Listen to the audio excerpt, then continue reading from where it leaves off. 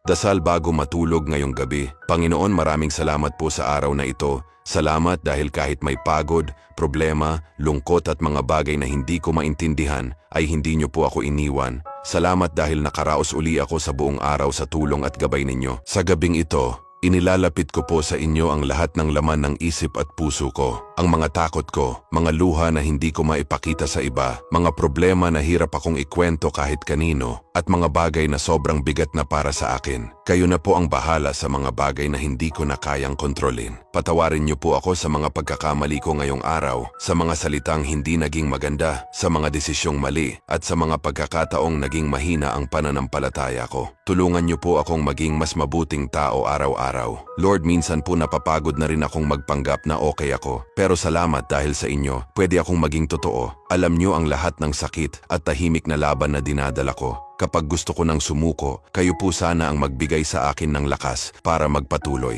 Habang ako po ay matutulog, yakapin niyo po ako ng inyong pagmamahal at kapayapaan. Alisin niyo po ang lahat ng takot, overthinking at lungkot sa isip ko. Bigyan niyo po ako ng mahimbing at payapang pahinga. Ingatan niyo rin po ang pamilya ko, mga kaibigan at mga mahal ko sa buhay. Bantayan niyo po kami ngayong gabi laban sa anumang kapahamakan at karamdaman. Punuan niyo po ng pag-asa ang aming mga puso para sa panibagong araw na darating. At bukas paggising ko, tulungan niyo po akong lumaban muli sa buhay nang may pananampalataya, lakas at ngiti sa puso. Lord, minsan po naiinggit ako sa ibang tao dahil parang mas maayos ang buhay nila. Minsan napapatanong ako kung kailan naman darating ang mga bagay na matagal ko nang ipinagdarasal. Pero ngayong gabi, gusto kong matutong maghintay ng may tiwala sa inyo. Turuan niyo po akong maging matatag habang hinihintay ko ang tamang panahon na inilaan ninyo para sa akin. Kapag dumadating po ang mga gabing pakiramdam ko wala akong kwenta, ipaalala niyo po sa akin na mahalaga ako at may purpose ang buhay ko. Kapag pinanghihinaan ako ng loob, yakapin niyo po ang puso ko at bigyan ako ng pag-asang magpatuloy. Tulungan niyo po akong huwag mawala ng pananampalataya kahit maraming pagsubok ang dumarating. Panginoon, salamat po sa mga taong nananatili sa tabi ko kahit hindi ako perpekto.